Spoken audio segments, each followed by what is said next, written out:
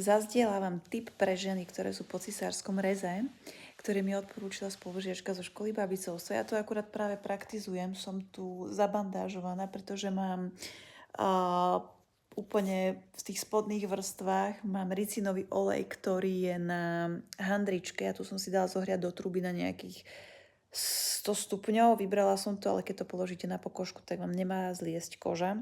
Som nariasená jak do kostela.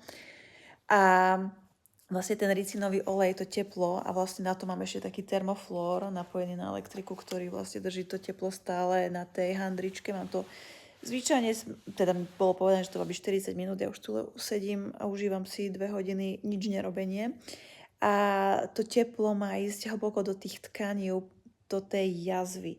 A ja to praktizujem vlastne odkedy mi prišiel ricinový olej, objavila som čaru ricinového oleja a ide to naozaj niekedy aj do emócií.